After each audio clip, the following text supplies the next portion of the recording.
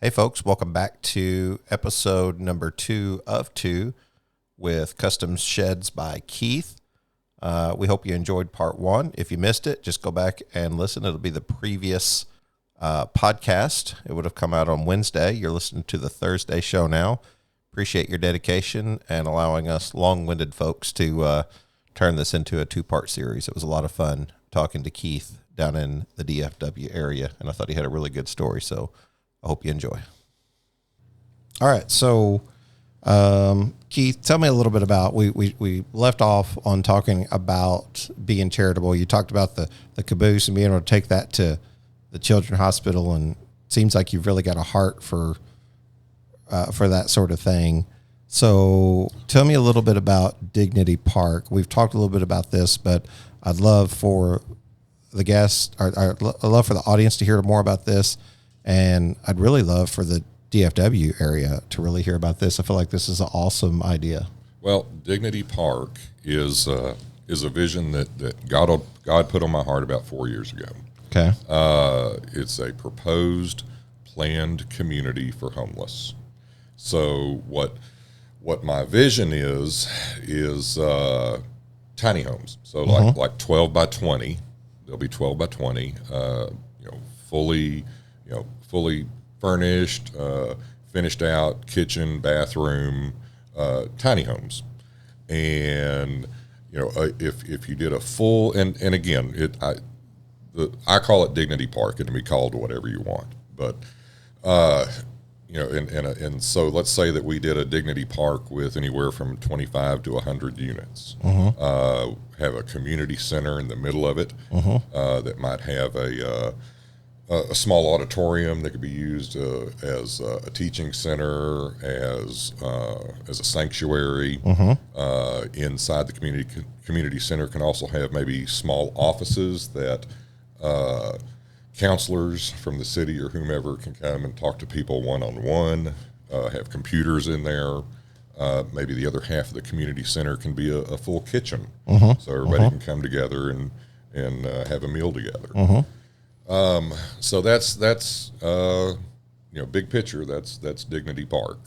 So are you thinking permanent housing, temporary housing?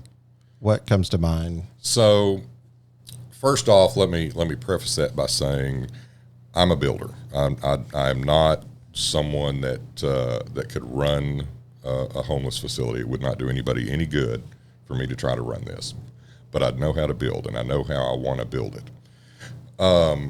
It would be, and so I would like to partner with a community, with a church, that as we build it, they run it. But yes, to answer your question, it can be both. It could be permanent housing. It can be temporary housing while someone's getting on their feet. It can be whatever it needs to be. Yeah. Now but it's not just individuals that are homeless. It's also families. So we've also designed a 2-bedroom family tiny home as well. We've when we first started, or when God first gave me this vision, first thing I did was create a website for it, and we did renderings, dignitypark.com. We've also got a Facebook, Dignity Park. So we came up with renderings and what we thought would work well as far as a tiny home and a tiny community would go. But the thing is because of the customization, because of Custom Sheds by Keith, we can build it to blend into a neighborhood, the architecture of a neighborhood. So the renderings and stuff that you see on the website and the Facebook page, it's not that or nothing. That's just an idea. For sure. Yeah. Makes a lot of sense. Hello, this is Identigro. How can we help you? Well, I was looking at getting some nameplates for my line of barns and wondered what options you got. Well, that's simple. We've got full color aluminum sublimated ovals, coated black, Dura-Black, laser engraved custom plates, screen printed aluminum, die struck aluminum, and rectangles, rounded rectangles and ovals. Is that everything? No, sir. We've got bike plates, spot color or full color, tacker signs, 3D custom plates in black plastic, white plastic, custom plastic, 3D stock plates in rectangles and ovals, a neat little barn design, shields, and more. Well, is that all? No, sir. We've got 3D plastic in specialty sizes, mini 3D plastic, large 3D plastic, key fobs, soft plastic key fobs, 3D plastic key fobs, die-struck key fobs, full-color subliminated key fob. Boy, I'm confused. Well, we have many plates for different situations, taste, and pocketbooks, and we make it easy to find the one that is perfectly suited to your needs. That sounds good. What info do you need to get started? Identigrow, helping identify your shed brand for over 20 years. You said the Lord put this on your heart. Mm-hmm. You know, there is a responsibility that we have as we attain success, as we attain opportunity for ourselves. How do you combat I don't know. It's easy to get in your head and say, well, these folks should go out and work for themselves. They should go out and make it happen. How do you combat sort of like the naysayers? Well, I haven't come across any naysayers. Okay. To tell you the truth. Okay. Or if they did, they didn't voice it to me. Sure. But yes, I'm sure there is. And, quite honestly, and I can say this, that, let's say 30 years ago when I was, younger, I had that thought, well, pull yourself up from your bootstraps and let's go take care of it. But as life goes on, I've realized that sometimes we need help. Yeah. And I know I need help sometimes. Yeah. And so that's where I'm coming from with that. So I know that you would like to see partnership with other entities, right? Local, right? Communities that would get around an idea and support this. Have you looked into other cities that have done this? Absolutely. There's there's lots of places that have done this. And let me say that this is not my idea. This is not a novel concept. Okay. Gotcha. I had seen it before, but until this idea touched me, I didn't really think about it. It was just God saying, "Hey, Keith, get off your butt and go do something. Yeah. This is what I want you to do." That's right. Yeah. Faith without works is dead. You got to get up and do something, right? You got to, right. You got to make something happen. But no, there's even Dallas. So Dallas has what they call City Park, and it's I believe they've got like 28 units, smaller units. They don't have full running water and all that. It's just basically just a small little 8x10 room, if you will. Okay. But I'm not putting down what anybody has done. Sure. They have done a phenomenal job of doing what they've done. Yeah. So let me tell you a little bit about what's happened down in, I believe it was Austin. A couple of years ago, 3 or 4 years ago, the city of Austin really cracked down on homeless. And we're going through and bulldozing encampments and things like that, and basically running the homeless out of the city. There's an organization that was called Loaves and Fishes, a nonprofit organization that would feed the homeless. Then, when all that started happening, they formed, and I can't remember the name of it now, but immediately they started getting donations of RVs and campers and things like that, and started building some tiny houses to start housing the homeless. And they've got a big master plan, and they keep adding and adding and adding to their facility. And so they've done it. There's places in Alaska that have done it, Oregon, Washington State. Yes, it's being done, but there's not enough. Yeah, in my opinion. So what comes to mind for me is like whenever somebody hears tiny home, it's easy to watch like all the different TV programs that promote tiny home and talk about tiny home. There's even there's a tiny home festival every year. We wanted to make it last year to Colorado. Oh, really? We didn't get a chance to make it. I would love to get some booth space out there and eventually just go out there and be able to interview interview people who own tiny homes, interview people who build tiny homes. Yeah. The beautiful thing about the shed industry is you kind of serve two purposes. You can build a structure for surplus, right? Storage, right. but then you can also build a structure for minimalistic. Right. And so those who want to downsize. So we really get to capture both sides of the market. And thinking about even like what you do here with Big Blue, right? Like being able to pull this around. A lot of times people will see a tiny home and they'll say, well, it's really just a smaller home, but the price per square foot is similar to that of a larger home. But I think what you're talking about is not, not top of the line amenities. Right. No, absolutely not. But something that creates shelter and comfort. And just the name itself, something that is dignified. Right.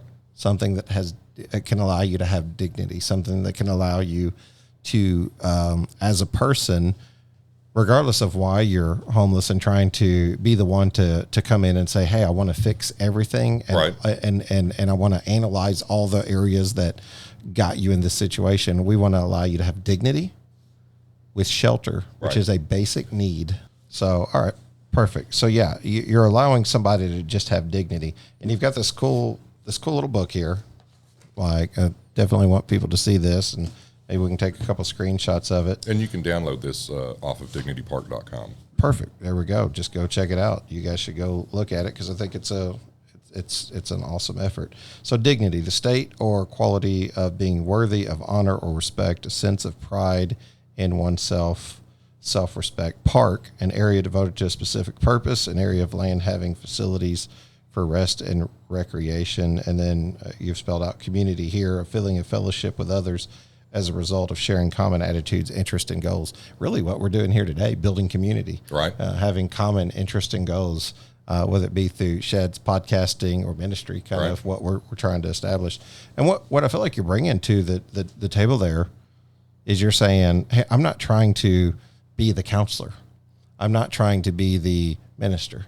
I'm not trying to be the community leader, but I am trying to use my expertise, my knowledge, and the gifts that God's given me to sort of serve this aspect of it. Right. Well, is that accurate? That's that, and to whom much is given, much is required. Yeah. And so I've been given so much that I'm required. I feel like I'm required to do this. I want to do this, but at the same time, I must give back to this. At one point, I had gotten the URL Shed Geek Care, and I thought, man, there's got to be a way that we can like tithe towards a process of helping people in the community whenever opportunities like this come up. We just interviewed some lovely ladies down in Angus, and they sell sheds, and just a simple idea of being a single mother and understanding how hard it is to kind of do something as simple as just getting a Christmas tree while you're, and they said, hey, we want to give away a Christmas tree. And they created a situation where people could nominate. And I just told them, I said, hey, I want to nominate, or not nominate, but at least donate. Right. I want to, fund a Christmas tree this year because I feel like it's great whenever we can do this. I feel like what it does is it sets us apart in the shed industry. That regardless if we compete or not, we sort of, whenever people think of a shed or a shed dealer, shed manufacturer, something positive comes to mind for them. Absolutely. Not just the shed community, any community. A community of plumbers, community of electricians. Right. Absolutely. But coming together for a common goal is what we need to do. Man, you've went really through this with the pamphlet here that you've created. Well, I appreciate it. And again, I'm into over information.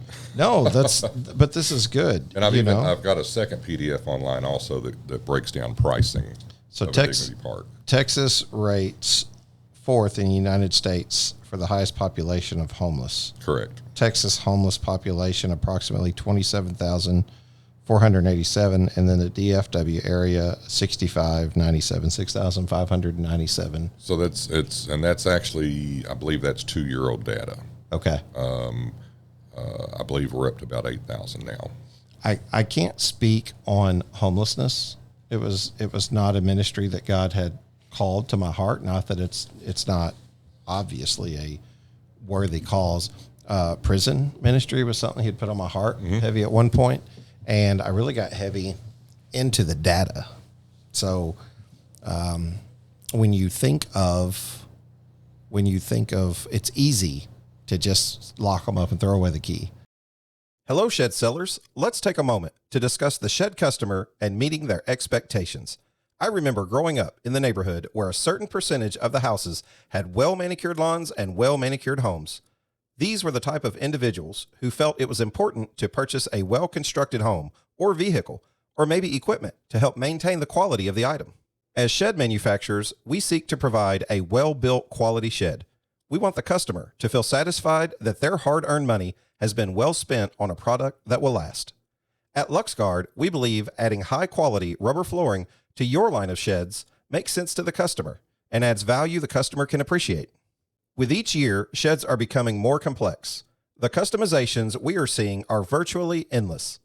LuxGuard not only gives a complimentary aesthetic appearance for their shed, but also protects the floor from spills and keeps cleanup simple. Offer your customer the customer service they seek with LuxGuard. At LuxGuard, we are committed to delivering exceptional customer service and innovative products to help our customers achieve their goals. We strive to meet the evolving needs of the customers. To speak with one of our ready-to-serve customer product specialists, simply call 336-468-4311. To see our product and view an installation video, just visit our website at luxguard.com. LuxGuard, the floor that lasts a lifetime. So yeah, I had looked at the data. I was really heavy at looking at the data and realized, yes, lock them up, throw away the key. I get the mentality, but we house 25% of the world's prison population in America, and I've been called all the things. Well, America is number one in incarcerations. Yeah, absolutely. Of its citizens. I've been called all the things: hug a thug, bleeding heart, liberal, you name them. It doesn't matter what it is. And I feel like I've experienced, what I tell people is I've experienced agape love. And agape love is love beyond measure. It's love beyond understanding when we put our own human brain and mindset to this. And we say, well, it just doesn't make sense to love someone beyond that. And I've experienced that. I feel like I've experienced that at the foot of the cross through the love of Christ. And I believe that, like 80% of those are nonviolent criminals. So I'm a big fan of rehabilitation over retribution. And I just think that if that makes me look like a hug a thug or whatever people want to call me, I'm okay with that, because there is 2/3 of the New Testament Bible written from a prison. Right. And, so that was a passion for me. And I began to find in my research, Keith, that addiction was a large part of the criminal enterprise. Right. And I would just assume that addiction plays such a huge role in homelessness. Well, there's a lot of factors. There's a lot of different reasons for homelessness. If you want to talk about statistics, I'll tell you about two things. One, there's a wonderful facility in Oklahoma City called Pivot, and what they do is they actually prevent homelessness. Okay. They house and help children that are aging out of the foster system. So they age out of the foster system, they have no place to go. And so Pivot captures those children. And they don't just deal with those children, but they also have a youth center, for I think ages 8 and up, a safe place for them to go. They also have 20 tiny homes. So whenever people are aging out of the foster system and graduating from high school, they don't have any place to go. So they put them in a tiny house and they teach them how to live. They have to have a job. They have to pay rent, but $50 $50, whatever. They have to contribute 10 hours to Pivot, helping do things. But it teaches them how to live. Yeah. It teaches them the things that you and I learned how to do through our parents. Yeah. The other statistic is college students. There is a uncounted population of college students that are homeless. They don't have a dorm. They live in their car at night, or they sofa surf friends' couches. During the day, they're at class, or they spend the day at the library. The one thing they do have is a gym membership, so that they can take a shower and clean up. And they live in their car. Yeah, it's not, a lot of times it's not as in your face. It's exact, and that's what. Exactly. Yeah. I mean, homelessness is not just the guy on the corner asking for change. We found that, I feel like we identify in a similar ministry, and the reason I bring addiction up is mainly because I feel like it's a problem in our country, and I believe that it oftentimes is the root source. Addiction itself not being the grassroots problem, Right. and the causation. And in working in faith-based drug and alcohol rehabilitation for a year, I found this to be true, that it wasn't always addiction as it was more trauma Right. that was experienced. And I know that to be the case with addiction, oftentimes leading into prison and homelessness. Everyone can say, but there's always that one homeless guy that always took advantage of something that they remember. There's that one addict. There's that one person who went to prison who just always lived that life. Well, And that's true, but that does not serve as a standard for Right. everyone. exactly. I think that your heart shows through in the process and what the point that you're trying to get across. And let's just be clear, this is not just about business. No, absolutely not. Yeah. This is about giving back and helping others. Yeah. Yes, business is involved in it, but and I want to be perfectly clear on that. This is partially business. Yeah. But Yep. but the motivator behind it is not business. Well, everybody uses their expertise to help, and even in church. If you're a sound guy, it's easy to become Right. the sound guy. If you have a spirit of motherhood, it's oftentimes used in the nursery, Right. or whatever. It's just, if you can do construction, you usually get questions Right. about construction. That's just typically Set building. Yeah, absolutely. For the It's- Christmas show. Yeah, that's right. And it's almost kind of expected, Right. Almost really, because it just By sort the of way, Keith, we'll see you here on Sunday to build the manger for us. don't forget to bring your tools. That's right.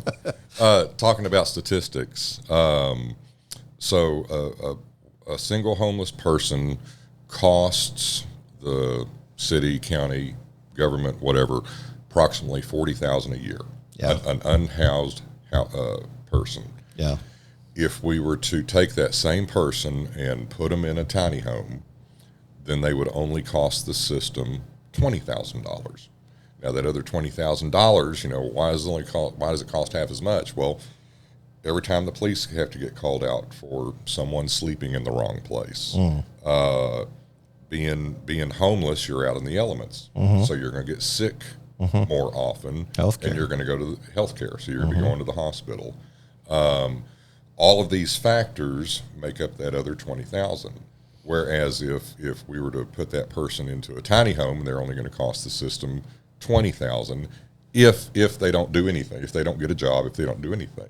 The cost of a single tiny home is approximately $60,000. So we've built a tiny home for $60,000. It's going to pay for itself in 3 years and help people for decades. So Seems like a no-brainer. it seems like a no-brainer. Yeah. Well, same with prison. 600,000 men and women get released from prison every year in America, and those people go to your markets, they go to your churches, Right. they go to your restaurants, and I'll tell you what, a lot of them, are looking for jobs, and whenever they can't find jobs, that leads to that homeless Right. population. Hey, Deanna, I need to write a new ad for Shed Hub. Give me some ideas. Why don't you do something catchy like the insurance commercials do all the time, where they just repeat the same thing over and over? Like a little jingle or something like that. Yeah, But wouldn't that be embarrassing? that is kind of the point. What type of music? Try rap. Shed Hub helps you sell shed. Maybe country. Shed Hub helps you sell sheds. Rock and roll? Shed Hub helps you sell sheds. Maybe just go back to your normal writing style. Shed Geek and Shed Hub are now collaborating to make for a better customer experience. I want to save you some money. Shed Hub is focused on signing up the next 500 customers. We're calling it the Next 500 Plan. Real creative. You think it'll help if I sing again? I'd rather you not. Well, that makes two of us. So what's the next 500 plan? The Next 500 Plan is simple. This will include 100 listings per month, per location, along with the Brand Builder website. And the plan will last for 1 full year. But how do they save money? It only costs $39 a month. There's never been a better time to sign up. Just go to geek.shedhub.com, click subscribe, enter your name, email, and payment information, and you will be contacted by a Shed Hub employee to get you onboarded for just $39 per month. Shed Hub helps you sell shed. I don't want to tell his story. I hate to call him out like this, but he's told his story before, so I don't mind. I mean, one of the greatest testimonies that I see is my marketing partner, Dylan. And you may not know Dylan, but for those that do, I mean, he raised in a good home and, went down a reckless road, and he admits that. And it wasn't until he had lost everything and got kicked out of a faith-based drug and alcohol rehabilitation. He was sitting outside of McDonald's, and he tells the story. He was getting ready to smoke a cigarette, and he said, "I just realized that, like, if I smoked that cigarette, that everything was coming back with it. Not because it was a cigarette. The cigarette wasn't, his addiction. Right. It was that it led down a lifestyle choice for him to just start to do that again. So it wasn't inherently the cigarette, just to be clear. It was more the mentality. And, this guy went out and God changed his life, and he just got on fire for the Lord and for his family, and God restored his family. And, he's a very successful guy in our, community now, sits on many boards, sits on, just different financial boards. I think he sits on like our local, mental health board, a couple different things. He's just a force in the community. And I remember whenever he was starting, he had a job logging, because a lot of times that's the only job you can get. Sure. As a felon, you can't get, Right. People won't believe in you. And he said, I realized I'm going to have to go out and make myself valuable. Right. And it actually led to part of his success. So like where we look at like his downfall being the only thing that we can remember him by, man, look at the comeback story. Right. Because he went and bought a camera from a pawn shop, and he taught himself how to be a videographer. Next thing you know, he's learning how to do cinema and photo, and he's doing weddings. Wow. And he becomes the biggest booked wedding guy in our area. Next thing you know, he's having to build websites and different things because people are encouraging him to do other things, or they're needing more services. Wow. He starts looking at that, and he's running a full-on marketing agency. And I remember just giving him a little bit of space in our shed that we were selling sheds out of at our shed lot. Right. And he was getting started, and he was a little bit worried to make the leap, and not worried, but of course you're going to worry naturally. Right. You got a family, and this dude's just killing it. He's went and done such amazing things. Now he's an inspiration to many, and tells his story. And that just goes to show that, God's not done with you. No. and that just proves the point that, I know in my life I've made a lot of stupid decisions. Oh, me too. But the difference is, just speaking for myself, the reason I didn't end up down the path of homelessness or anything like that was because I had a family, a network of people to say, "Hey, Keith, you're being stupid. Stop." Yeah. Where a lot of people don't have a network of people to help them. Yeah. And so, nor do a lot of people know where to get help. But we all deserve the basic absolutely needs to be met. And you've really turned it around here by showing some not just thought, but statistics that say this actually makes more sense financially. Yeah. So even if we fuel the idea of like they should go do it themselves, this is costing you less Right. in taxes or whatever it is currently. You know what I mean? Because we're spending that much anyway. So it's not just the right thing to do; it's the more more right. economical, responsible thing to do as well. So I've actually taken meetings. I've been able to speak with the director of housing who handles the homeless in Fort Worth. Okay. I've talked to the director of the Tarrant County Homeless Coalition, and basically what it boils down to is money. Yeah. Money and a lot of times land. There's so many, and I'm not saying that a Dignity Park style solution is the only solution. Mm-hmm. Okay, we have to have lots of solutions in order to work the problem. Okay, Correct. we need the night shelters. Yeah. We need the day shelters. We need it all.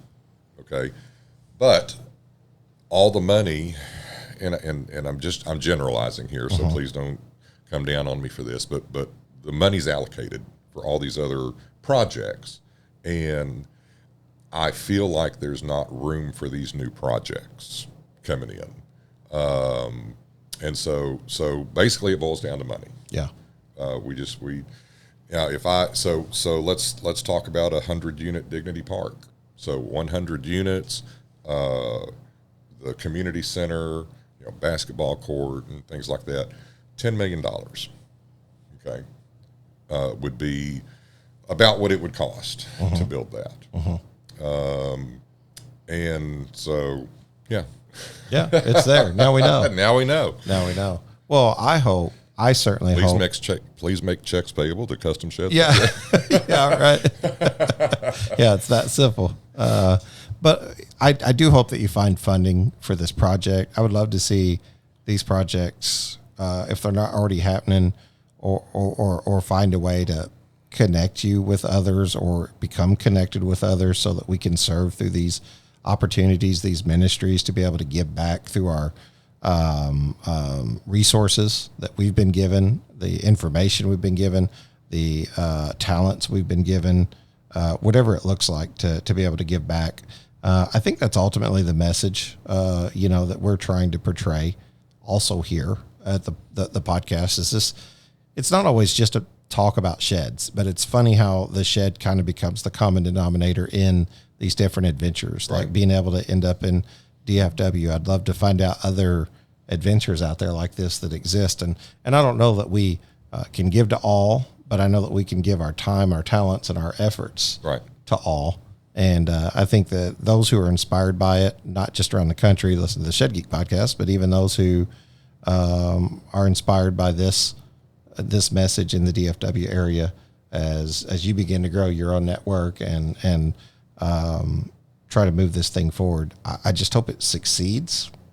And I hope that the amount of resources become available that prove that even a small thought can turn into a really, really large opportunity to help people. I appreciate it. And like we were saying in the last episode, I need everybody's idea. When it comes to building sheds, we've taken on so many ideas from all my different carpenters. Like I said, I don't know how to run a homeless facility. I know how to build. Yeah. So I need those experts who can point me in the right direction of how do I get money? Who is the right person to talk to? How do we get through to the cities? Because it's not just Dallas-Fort Worth. Yeah. Yeah. I mean, it's every single city in Texas, every single city in the United States. Yeah. Some worse than others. All right. But it's not. But there's a going away. need. There's a. I mean, what do we say? We had 500,000 homeless people in the United States. Yeah. That's 500,000 too many. Well, maybe you inspire, those who are also in the shed industry, who can provide their talents and services like this, like we're talking about, and create something that goes way beyond. Do it in your community. Yeah, do it in your community. That's right. Build a Dignity Park. Again, doesn't have to be Dignity Park, but build this concept in your community to. To help those people off the streets. Yeah, absolutely. Just give them a chance. That's all any of us. I feel like all any of us want is just a chance. Everything you're doing, everything that I've seen from the transition that you had in advertising into the shed world, the shed space, building Big Blue, creating this mobile unit that you can take around and show to people, and then to your heart for the homeless and the what's been put on your heart. I think it's awesome. Oh, I appreciate it. I think you're just an awesome guy all the way around. It's a pleasure to have met you and to get to know you. And I'm wishing you nothing but success in all your endeavors. Man, I appreciate it. I appreciate it very much. Again, I'm just a vessel, to do what God tells me to do. That's right. That's right. But you're doing a good job. All hearts clear before we get out of here today. Anything else that you want to add? Anything else you want to say to the listeners today? No, just I appreciate the opportunity to be on here and talk to you. If you're in the Dallas-Fort Worth area, shedsbykeith.com. Come to my Facebook page, Sheds by Keith. Even if I don't build you a shed, at least come take a look around and let me get you a quote. Even those in the industry outside of DFW, if they wanted to reach out to you? Absolutely. They can reach out to me. I love to collaborate with others. If you've got a customer that wants to build something down here, or if I have a customer that wants to build something in your area, collaborate. Yeah, absolutely. How cool would it be to see like a podcast and somebody sort of doing the same thing that you're doing in DFW and in Houston, and then in Philly, and then in Washington, and absolutely. I mean, let's and that's the thing. Again, the need is not just in Dallas-Fort Worth. I mean, if somebody else has the same vision that I do, who's in another state or whatever, let's talk about it. Let's compare ideas and just make it happen. Man, I think it's great. I love what you do, and I've enjoyed my time here today. I want to pray over it, if that's okay. Please. Before we get out of here today. I love what you do. I love Big Blue, man. People have got to go check it out. Thanks a lot. We'll make sure to put a link in our newsletter that goes out every Wednesday and Thursday to the episode. We'll put a link to your website as well, where people can go and they can see your adventure. Maybe they can follow you on YouTube or wherever it is that you are. I need 50 followers on YouTube so that I can go live straight from YouTube. Yeah, there you go. Well, so I need 50 people. Please subscribe. There's nothing there yet, but there will be, I promise. We will subscribe ourselves. So I got one. You. Yeah, that's right. Yay. Well, yeah, we'll all three of us will jump on there. So we'll at least start you out. We'll get you a jump start. Let us pray. Lord, thank you for this day, the opportunity to just meet with like-minded folks who are about your work. I'm thankful for Keith and getting to know him as a friend and also as a fellow believer. I would ask that you would bless all of his endeavors as his heart is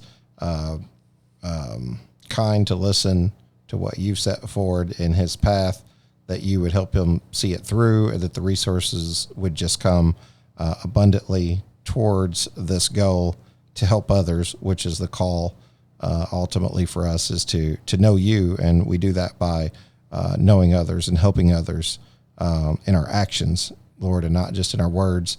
So I would ask that you would bless this endeavor, let it move forward, and let it just reach other people. Let it go on to tell about ministries that were created because of its creation. Just ask that you'd bless it, all of his endeavors, all the listeners today in the DFW area and around the nation. Bless the shed industry as we move forward in trying to promote your kingdom first, and then our businesses second. Thank you, Lord, in Jesus' name. Amen. Amen. Hey, this is Mo Lunsford in sunny Union Grove, North Carolina, and we want to say thank you to all the guests and listeners.